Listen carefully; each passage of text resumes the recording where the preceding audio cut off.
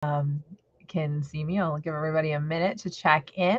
Happy May 26th, 2022. I know that as a country and as a community, we are reeling after the recent school shooting at an elementary school in Texas. And I'd just like to acknowledge that and take a minute of silence for those who died in that horrible tragedy.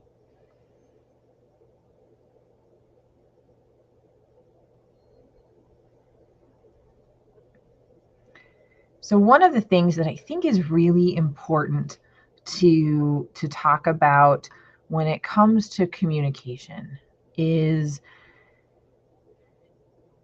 our communication, unfortunately, is only as good as our ability to reach people's inboxes. So I've seen a lot of people talking about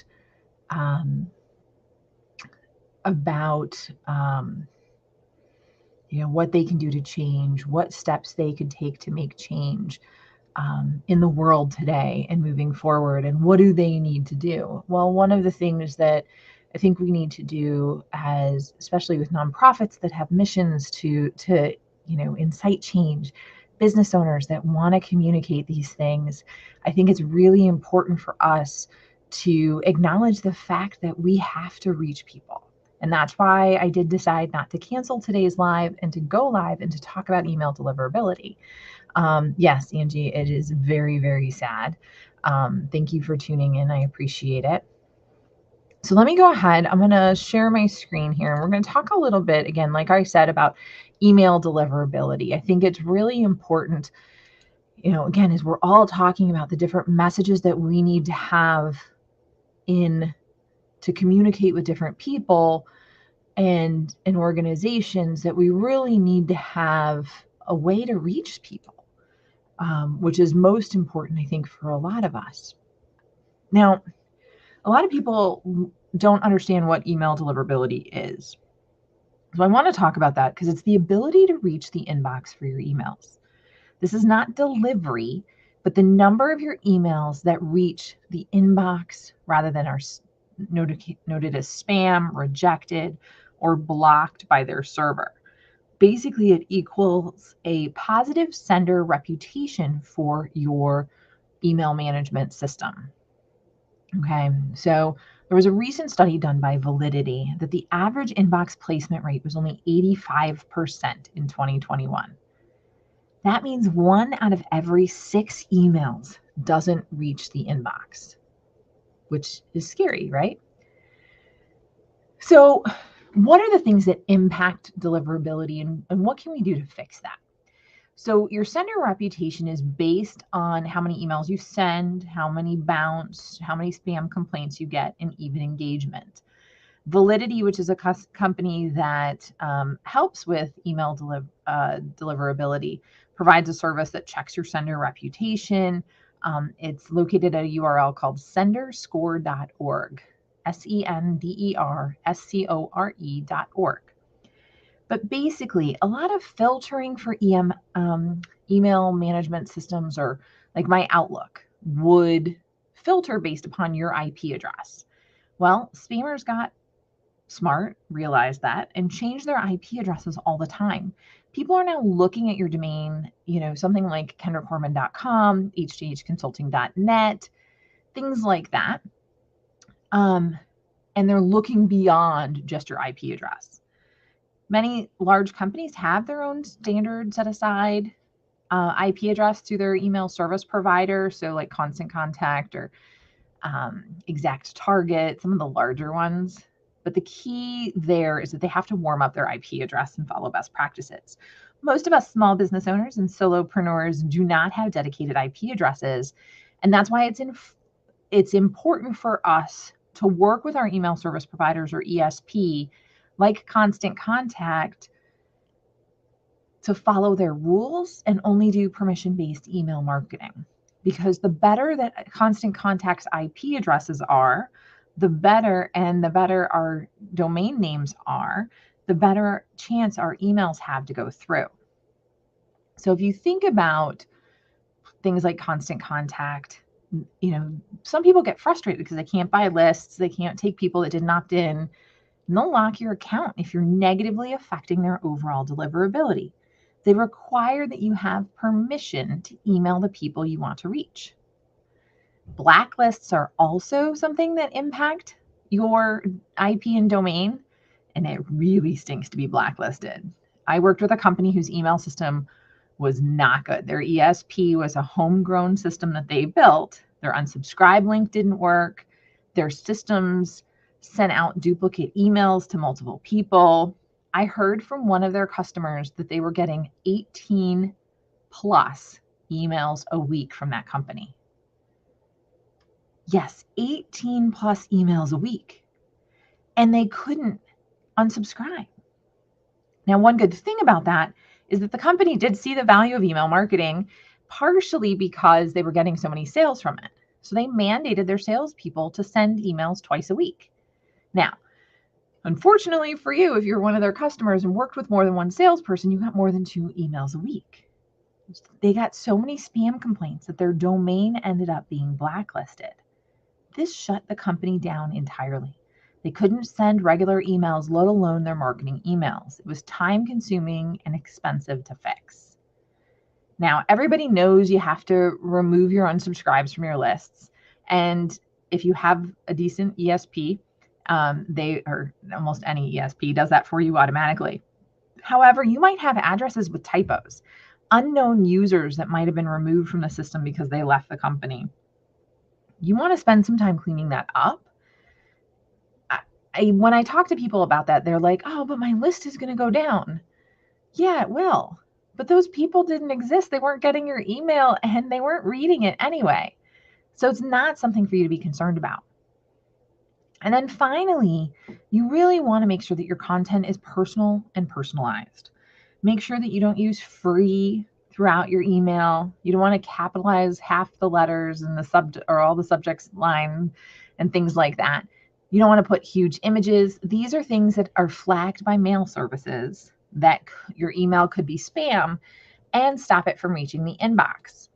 So let's talk about how we can improve deliverability, because now that we know what affects it, what are things that we can do? Well, you want to monitor your bounce rates. If you want to proactively take care of your deliverability, make sure you're monitoring your reputation first and foremost. This means monitoring indicators like bounces, unsubscribes, list growth, spam reports, etc. That's really important. So, again, think about what you're doing. Regularly clean your list. Make sure you're sending value-added content. Consider having a double opt-in process so that you only get people on your email list that really want to be there. And then authenticate your domain through your email service provider, your ESP, with DKIM or DMARC policies. Okay, now you might be wondering what on earth that is, right? And so I am not techie. Here, I'll come back in here. I am not techie by any stretch of the imagination, but this is really important. If your email service provider, ESP, has the ability for you to pre-approve and authenticate your domain and your email address, then that's really important to do. What does this mean? So when you're sending an email from, say, Constant Contact, right? Constant Contact's job is to spoof your email address. So their job is to say that the email that came from K.A. Corman at hdhconsulting.net from Constant Contact it's spoofing. It's pretending it's coming out of my Outlook, but it really came from Constant Contact. The issue there is spoofing an email is supposed to be spam. So what you do is if you add a DKIM or a DMARC policy to your DNS and your email service provider, basically it has a little code inside your DNS that the email, so it comes to my email, right, and into my inbox. But before it processes all the way to my inbox, my email server for Microsoft checks it, and it's got this code in the heading, is my understanding, that goes, this is really from Kendra. It goes over, checks it against my domain, and then says, yep, it matches, and it flows into the inbox. So that's a DKIM or DMARC policy. You can set this up with your, if you have your domain through GoDaddy, domain.com, Namecheap, any place that manages your DNS, you can add this if your email service provider allows for it. So it's really important to do and to think about, because it gives you that extra step of verification that this is real and a better chance at making it into the inbox. Okay, so again, authenticating your domain, double opt-in process, sending valuable content that we talk about all the time, and cleaning your list is very, very, very important. So let's, and then the other thing that I want to note is that unsubscribes are good. I just joined an email list that's called, it said, thank you for unsubscribing. And it made me smile because, yes, I want people to unsubscribe. If you don't find the content that I'm sending you valuable, I don't want you on my list, because you're not going to open it, you're not going to read it, and you're not going to engage with it. And that's okay, because you're probably not my target audience. So I want you to think about that as you're putting things together. So, as we're talking about messages and communication and the ability to communicate with our customers, our communities, as they're going through challenging times, as they are, and my thoughts and prayers definitely go to those families, of all people with children that are sending them off to school still. I think that this is a really tough time, but there's still a lot of opportunity to make change, and change starts with each one of us. So again, I decided to continue to go live today simply because I think a lot of us have messages that we need to share and we need to put out there. They may be messages of goodwill. They may be messages that are important for our audience to hear. And if your message is not getting to the inbox, then that's a problem. Okay. So think about your email deliverability. Think about cleaning your email list up. Think about adding a DKIM or DMARC policy. If you have questions about it, feel free to direct message me, DM me. I'll be happy to connect you with some people that might be able to help if it's beyond my technical expertise. Because I think it's really, really important for us all to be able to communicate. And not just in times of tragedy, but all the time. It helps us grow our businesses. It helps us, connect with people and, again, provide value. And I think it's really all about value in those situations. So it's really all I had for today. I just really wanted to talk about deliverability, talking a little bit. It's not something that a lot of people look at when they're selecting an email marketing service or an ESP, email service provider. And the reason why is because they don't realize how important that deliverability is, and that their IP is, and all this other fancy stuff in the background that can make or break whether or not your email reaches your customers and your target audience. And I think it's really important to take a look at that and address it head on. So ask your email service provider what their deliverability is. It should definitely be 99% or higher. So definitely think about it.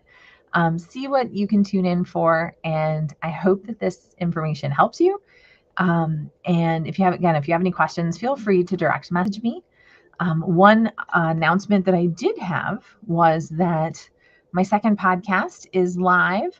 It was an interview with Scott Lawrence. I'm like, who was it with? Scott Lawrence of Headshots by Scott. You can reach that. And let me see if I can pull it up on the screen here.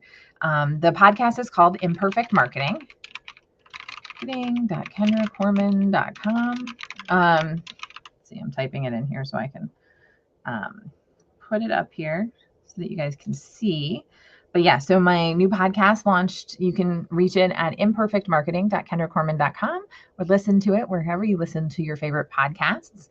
I am looking for new guests, people to talk about marketing and their marketing your own business, marketing itself, event marketing, online marketing, email marketing, LinkedIn marketing, any of those topics that you might have or might be aware of. Please feel free to join me and let me know. Direct message me that you're interested in being a guest. I'd love to have you. And be able to share what you have to share. So to help others and to help everybody get connected. And again, just really trying to continuously add value and help people do more with less. So thank you guys all for tuning in today. I appreciate it. Oh, we do have a comment. Thank you. Thank you, Elizabeth. Great podcast. So please feel free to check in. Thank you, Angie, for tuning in. I appreciate it. Thank you all. Have a great rest of your Thursday, and I will see you next week. Bye-bye.